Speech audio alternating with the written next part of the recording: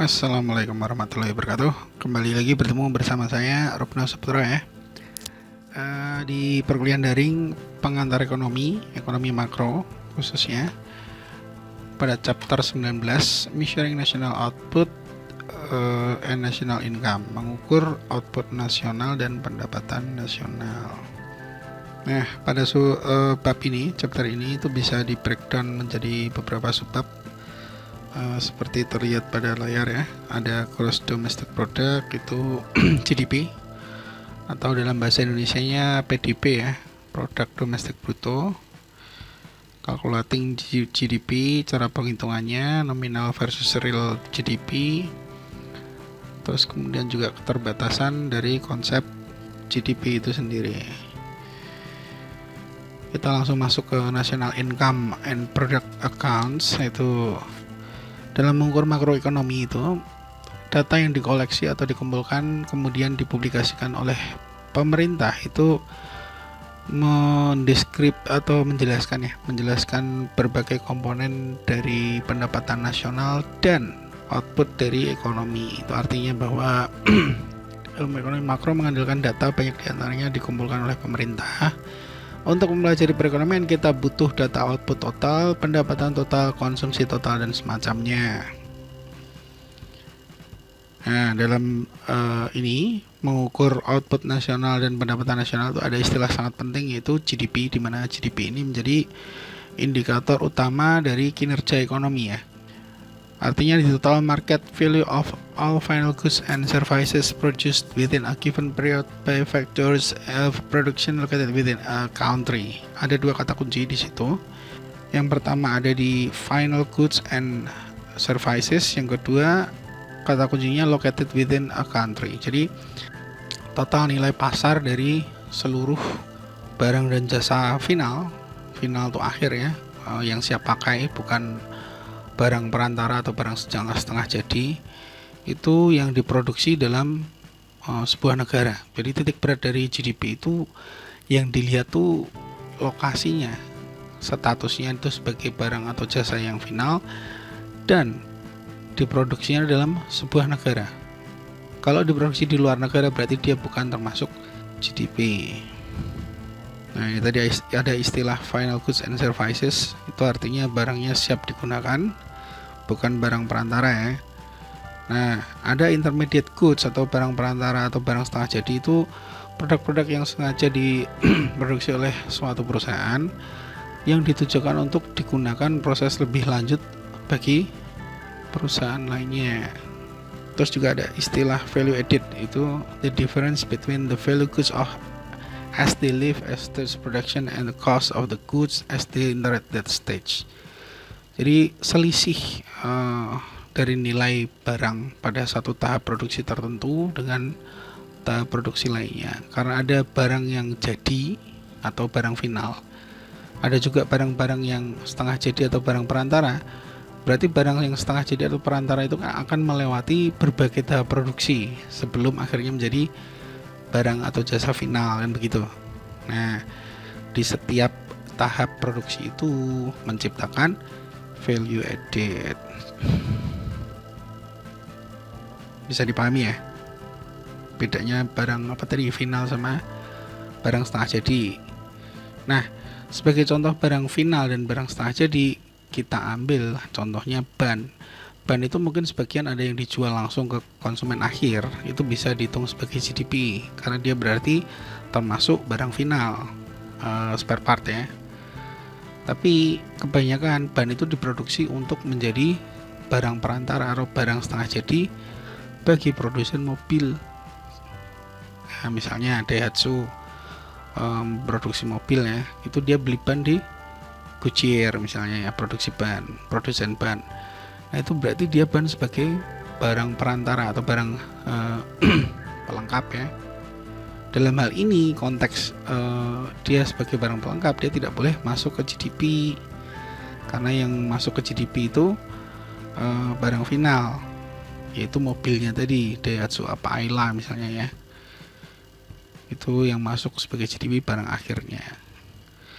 Tapi jika pengen menghitung GDP menggunakan barang-barang yang perantara itu, Itu bisa dilakukan dengan menjumlahkan masing-masing value added dari berbagai tahap produksi. Ini sebagai contohnya nih. Ini ilustrasi dari barang yang pelengkap tadi, intermediate goods menuju final goods ya, menuju barang yang final atau tahap akhir atau siap pakai. Sebagai contoh adalah kasus perusahaan bensin ya. Itu pada tahap pertama adalah tahap pengeboran. Dia melakukan pengeboran minyak mentah, dan dari pengeboran itu dia menghasilkan katakanlah 1000 liter gitu. 1000 liter minyak mentah itu dijual ke tahap kedua sebagai barang pelengkap apa tadi? Barang perantara ya, barang belum jadi ya. Itu dia jual 1 liternya itu $1. Nah, dari dia ngebor dia jual 1 liter $1 per liter. Itu namanya dia mendapat value added $1 per liter. Di bagian tahap kedua, setelah melakukan refining dari tadi ya, belinya $1 terus melakukan refining, pihak yang kedua ini, perusahaan stek 2 ini menjual minyaknya yang sudah setengah jadi ke shipping dengan harga 1,3. Tadi belinya 1, terus diproduksi, terus dijual dengan $1,3. Dari situ dia di tahap 2 berarti ada value added sebesar 0,3. Dari 1,3 dikurangi 1. Begitu pula seterusnya. Nah, yang dimaksud dengan barang final itu adalah values of sale atau nilai jual pada saat retail of sale. Dia harus ada operasi ya, operasi kegiatan perusahaan ya. Kalau cuma penjualan nggak termasuk GDP. Nah, value akhirnya berapa? 2,00. Nah, ini juga bisa dicapai dengan menjumlahkan setiap value added dari berbagai tahap produksi, dari $1, 0,3, 0,3, 0,4 itu dijumlahkan sama dengan $2 sama ya. Bisa dipahami ya dari sini ya. Jadi retail sale atau tahap keempat itu values of sale-nya dia 2,0 itu bisa masuk ke GDP. Kalau nggak pakai itu, kita menggunakan value added, yaitu menambahkan selisih-selisihnya. Capaiannya juga sama nilainya, $2,0 per liter. Nah, ada istilah dalam GDP itu mengecualikan mengecualikan barang bekas dan transaksi kertas. GDP hanya dihubungkan dengan produksi barang baru ya, atau saat ini. Output lama atau barang-barang bekas tidak dihitung dalam GDP saat ini karena telah dihitung sebelumnya pada saat barang itu masih baru. Perhitungan ganda terjadi jika kita menghitung penjualan barang bekas dalam GDP tahun ini saat ini. Jika seorang menjual mobil bekas pada kita, transaksinya tidak bisa dihitung sebagai GDP, tapi pas waktu dia beli dari dealer waktu masih baru, nah itu masuk dalam GDP. Terus GDP ini juga mengecualikan output atau produk barang yang dihasilkan di luar negeri oleh pabrik yang dimiliki orang dalam negeri.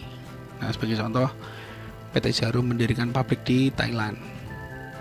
Nah, rokok-rokok yang dihasilkan PT Jarum di pabrik Thailand itu tidak termasuk GDP negara Indonesia. Dia termasuknya GDP-nya negara Thailand kan gitu. Tapi kan itu kan yang punya orang Indonesia Pak. Nah, makanya itu ada istilah lagi namanya gross national product. The total market value of final goods and services produced within a given period by factors of production owned by country citizen, regardless of where the output is produced. Artinya bahwa total nilai pasar dari barang dan jasa final yang diproduksi dalam periode waktu tertentu oleh faktor produksi yang dimiliki warga negara tertentu, misalnya Indonesia tadi. Nah, kalau tadi GDP itu kata kuncinya barang barang jasa final yang tercakup dalam sebuah wilayah negara ya, dalam negara Indonesia berarti GDP Indonesia. Kalau di luar negara Indonesia berarti bukan GDP negara Indonesia. Nah, kalau GNP itu kata kuncinya ada pada faktor produksinya dimiliki oleh siapa. Nah, dalam contoh tadi PT Jarum tadi, walaupun tuh pabrik berada di Thailand dan masuknya sebagai GDP Thailand ya, tapi dia faktor produksinya termasuk modalnya yang memiliki warga Indonesia. Nah, dalam hal ini dia adalah masuknya ke GNP Indonesia ya, menghitung GDP itu ada dua pendekatan. Yang pertama pendekatan pengeluaran expenditure approach, yang kedua adalah pendekatan pendapatan. Jadi pendekatan pengeluaran itu metode menghitung GDP yang menghitung jumlah pengeluaran pada atau terhadap final goods atau ini ya, barang final selama periode tertentu. Sementara kalau yang pendekatan income itu metode menghitung GDP berdasarkan pendapatan, upah, sewa, bunga, dan keuntungan yang diterima dari faktor-faktor produksi dalam memproduksi barang final. Jadi dalam perusahaan-perusahaan itu membuat produk atau barang final itu mereka pastikan ini memberikan gaji kepada masyarakat ya, memberikan upah pada buruh. Terus kemudian perusahaan-perusahaan itu juga membayar sewa ke masyarakat yang sarana prasarananya disewa. Terus juga membayar bunga apabila meminjam modal dari masyarakat, dan juga memberikan keuntungan bagi para masyarakat yang memegang saham ya. Nah, ini pada pendekatan pengeluaran itu ada 4 kategori besar. Yang pertama personal consumption expenditure, C, itu belanja yang dilakukan oleh masyarakat ya terhadap barang-barang konsumen. Terus ada investasi atau I. Yang dimaksud dengan investasi di sini berarti investasi yang fokusnya ke pihak ini swasta domestik ya. I itu investasi. Tapi I juga mewakili swasta domestik. Ketika dia investasinya yang dilakukan oleh pemerintah, maka dia simbolnya udah bukan I lagi. Investasi ini I dilakukan oleh perusahaan atau pihak masyarakat dalam memberi aset baru, aset yang baru ya, bukan bekas ya. Nah, sementara konsumsi atau investasi yang dilakukan pemerintah itu kata kuncinya di pemerintah, makanya dia G. Kalau tadi kan I, walaupun di sini di G juga ada investasinya, tapi dia karena dilakukan oleh pemerintah, dia masuknya di G. Dan yang keempat adalah ekspor neto atau ini ya, ekspor dikurang impor. Pasti kalian udah tahu kan ekspor sama impor bedanya apa. Ekspor itu negara Indonesia mengirim barang dari berbagai perusahaan ke luar negeri. Kalau impor sebaliknya, dari berbagai perusahaan di luar negeri masuk ke dalam Indonesia. Nah, ekspor neto itu jumlah ekspor dikurangi impor. Nilainya bisa positif, bisa negatif. Kalau ekspornya lebih gede daripada impornya, dia nilainya positif, dan juga sebaliknya. Nah, dari 4 pengeluaran ini itu bisa susun persamaan ya. GDP sama dengan C plus I plus G plus ekspor neto atau ekspor dikurangi impor. Nah, ini tabel 6.2 itu contoh menghitung GDP.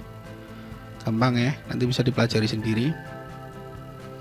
Personal consumption expenditure ada C, ada I, ada G, ada net export. Tadi itu ditotalkan semuanya akhirnya membentuk GDP. Nah, ini penjabarannya. Personal consumption expenditure konsumsi personal ya, pengeluaran konsumsi secara individual atau pribadi, komponen paling besar dalam GDP. Pengeluaran oleh pelanggan pada barang dan jasa. Jadi masyarakat ya, orang-orang yang membeli barang dan jasa final seperti itu biasanya dalam GDP itu dia persentasenya paling gede. Ada 3 kategori dari pengeluaran konsumer ini. Yang pertama durable goods, non-durable goods, and services. Barang yang tahan lama, barang tidak tahan lama, dan jasa. Nah, ini dijabarkan nih. Durable goods itu barang yang bertahan atau usianya pakainya itu relatif lama. Contohnya mobil ya, perlengkapan perumahan ya, sarana prasarana ya. Terus non-durable goods atau barang yang non-durable itu artinya masa pakainya sebentar. Contohnya pakaian, rumah, bukan rumah ya, makanan ya. Oke, yang ketiga ada services atau jasa.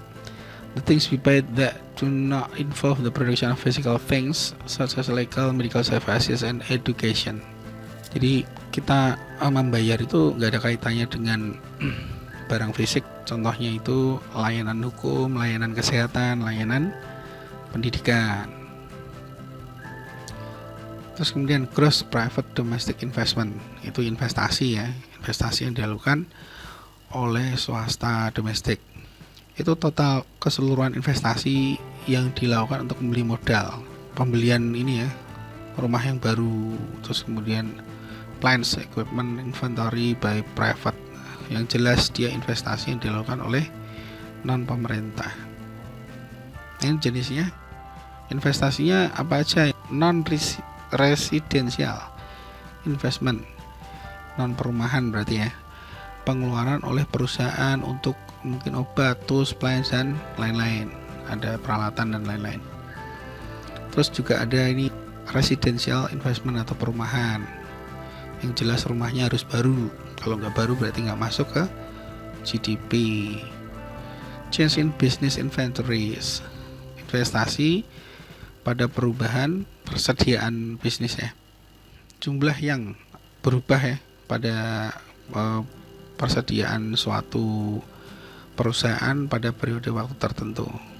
Jadi yang namanya persediaan itu ada nilainya karena dia merupakan barang atau jasa, barang dari perusahaan yang diproduksi sekarang tapi belum terjual atau belum sampai ke masyarakat.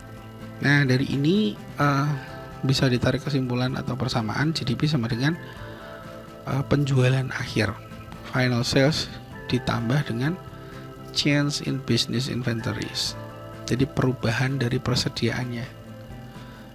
GDP adalah total dari satu negara, jumlah penjualannya, penjualan atas produksi barang pada saat itu, periode 1 tahun itu, ditambah dengan persediaan apa yang belum sempat kejual. Jadi antara yang sudah kejual ditambah dengan yang belum kejual.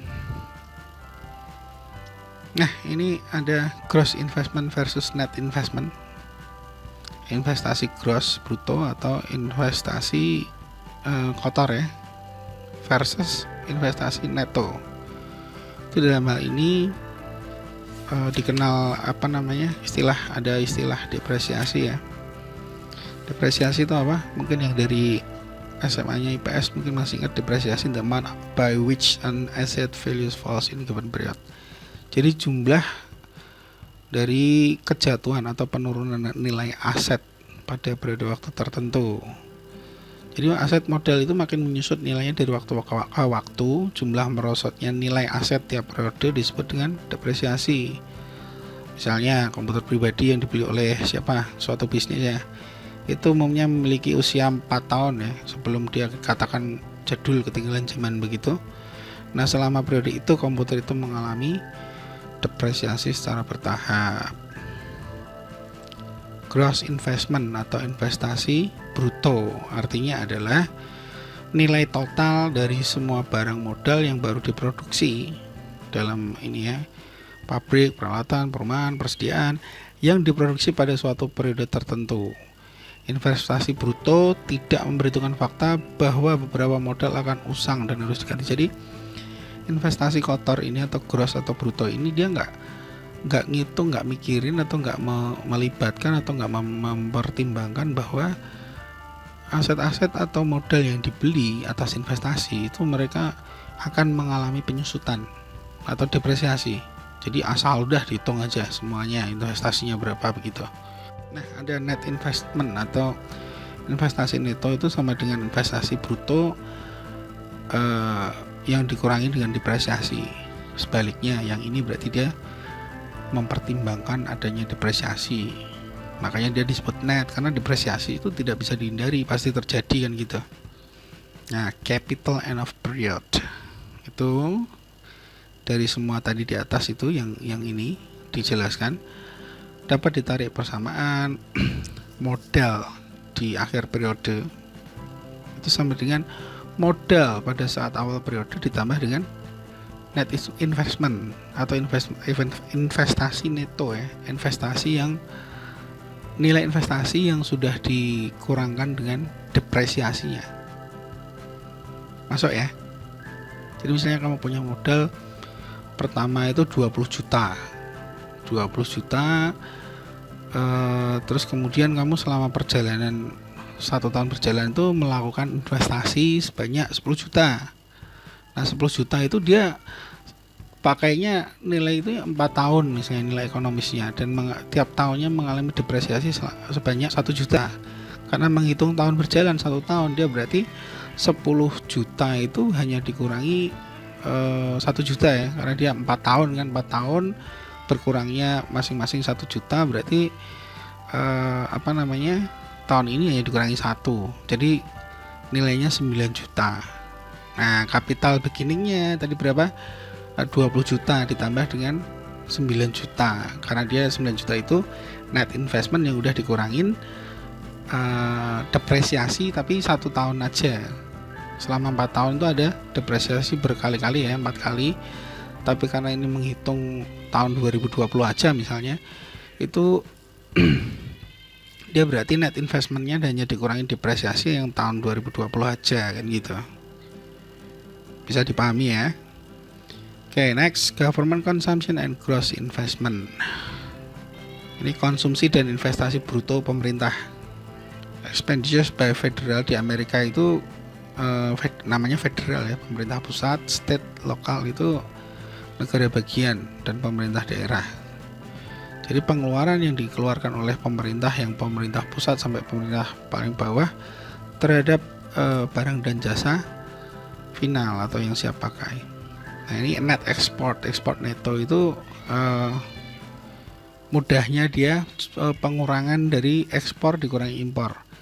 Ada yang namanya net export itu nilainya positif karena ekspornya lebih besar daripada impor, dan juga ada yang nilainya negatif karena impornya lebih besar daripada ekspor. Nah sekarang metode kedua yaitu menghitung GDP atau PDB ya, dengan pendekatan pendapatan. National income, the total income earned by factors of production owned by a country's citizen. Total pendapatan yang diperoleh dari faktor produksi yang dimiliki warga negara. Saya total pendapatan. Total pendapatan oleh siapa? Ya oleh orang selain pengusaha. Karena yang bayar di sini adalah pengusahanya. Ya, pengusahanya, yang dimana pengusaha itu adalah warga negara tertentu, misalnya Indonesia gitu. Indonesia, katakanlah di dalam Indonesia tuh hanya ada 1 perusahaan aja. Biar gampang ya, perusahaan jarum misalnya. Di Indonesia tuh hanya ada 1 perusahaan, namanya perusahaan jarum. Perusahaan jarum itu yang namanya national income itu apa? Ya berarti semua pendapatan yang dibayarkan oleh PT Jarum kepada ya pihak masyarakat, misalnya gaji karyawan PT Jarum itu kan dibayarkan. Terus kemudian bunga karena PT Jarum itu meminjam uang kepada masyarakat atau bank. Terus kemudian dividen karena PT Jarum ternyata dimiliki oleh beberapa atau banyak orang melalui penjualan saham dan lain-lain.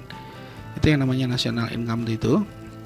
Nah ini tabelnya nih, ada compensation of employees ya, kompensasi karyawan itu gaji. Terus kemudian proprietors income, pendapatan perusahaan perseorangan ya, non persero berarti ya. Terus ada corporate profits atau laba perusahaan korporasi atau PT ya, perusahaan terbatas. Terus ada rental income, pendapatan sewa. Ada net business transfer payment, itu pembayaran transfer bisnis neto ya. Juga ada surplus government enterprises, itu artinya surplus atau keuntungan dari BUMN ya. Nah kita bahas satu-satu. Tadi udah ya, yang ini kompensasi of employee sudah dibayar, udah dibahas.